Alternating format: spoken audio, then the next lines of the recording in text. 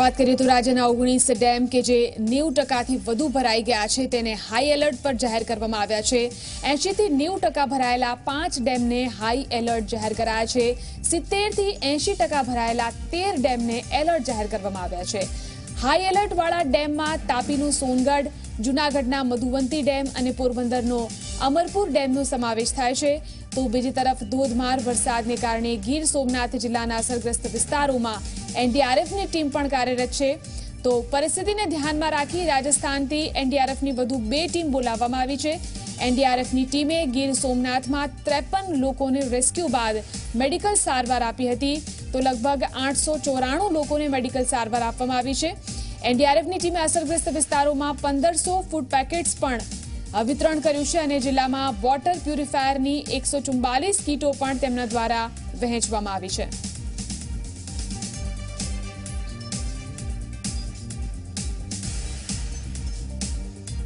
तो state control room गांधीनगरથી આપણી સાથે અમારા રિપોર્ટર સંજય ટાંક જોડાયા છે। જી સંજય, જે પ્રકારે સૌરાષ્ટ્રમાં દક્ષિણ ગુજરાતમાં જે ધોધમાર વરસાદ થયો અને જે તારાજી વરસાદ બાદ જોવા મળી રહી છે, શું કામગીરી અત્યારે તંત્ર દ્વારા એનડીઆરએફ દ્વારા કરવામાં આવી છે?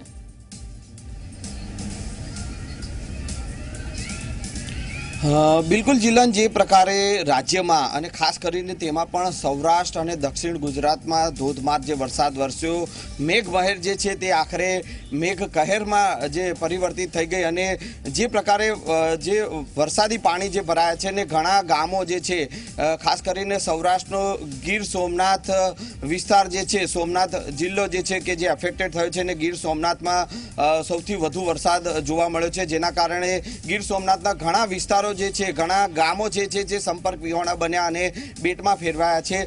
बीजी तरफ जे दक्षिण गुजरात में जे वरसाद जे अविरत खाबक्यो छे अने तेना कारणे दक्षिण गुजरातना जे वलसाड अने नवसारी में जे छे गामो जे छे संपर्क विहोणा बन्या छे।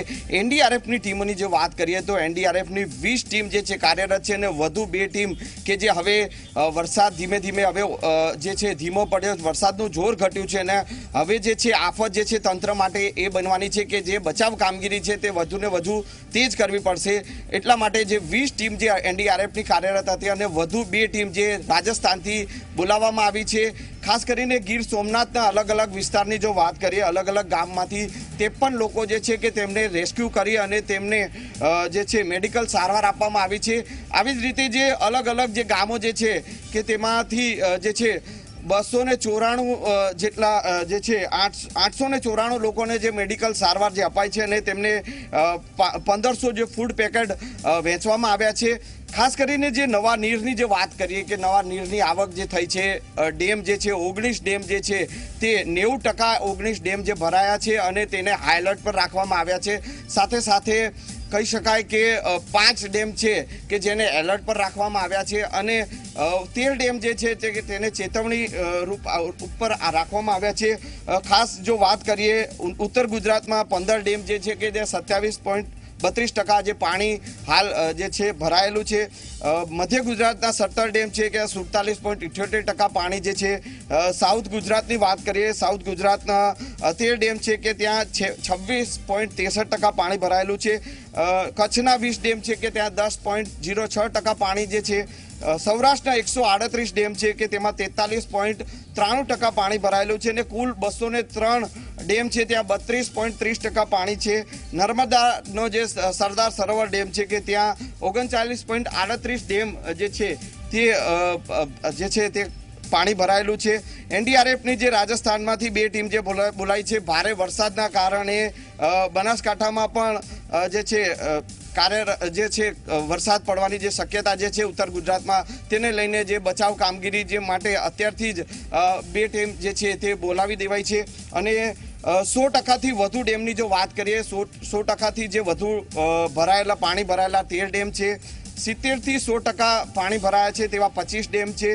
50 થી 70% જે પાણી ભરાયું છે તેવા 24 ડેમનો સમાવેશ થાય છે। એટલે કહી શકાય જીલન કે જે નવા નીરની આવક થઈ છે તેના કારણે 19 ડેમ જે છે તેને હાઈ એલર્ટ પર રાખવામાં આવ્યા છે। 5 ડેમ જે એલર્ટ પર રાખવામાં આવ્યા છે અને 13 થી પણ વધુ ડેમ જે છે કે તેને હાલ જે વોર્નિંગ પર રાખવામાં આવ્યા છે। હાલ તમામ પ્રકારનો વરસાદ હાલ જે છે કહી શકાય કે વરસાદનું જોર ઘટ્યું છે, પરંતુ હવે તંત્ર માટે સૌથી મોટી જે કામગીરી જે કહી શકાય કે બચાવની કામગીરી છે, કે જે જગ્યાએ હજુ પણ લોકો ફસાયેલા છે, જે ગામોમાં હજુ પણ સંપર્ક વિહોણા છે, તો તે ગામોમાં પહોંચવાનું છે અને તે જગ્યાએ ફૂડ પેકેટ સહિતની મેડિકલ સારવાર પહોંચાડવાની છે.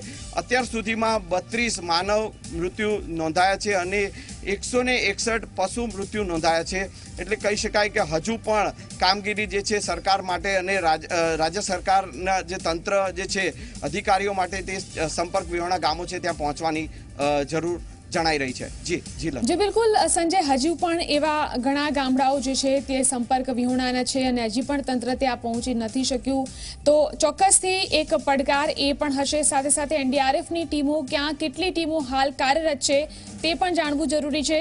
આ ઉપરાંત હજુ પણ હવામાન ખાતા દ્વારા આગાહી કરવામાં આવી છે કે 4 દિવસ ભારે વરસાદ થઈ શકે છે, તો તેના માટે તંત્રની કેવી તૈયારીઓ છે?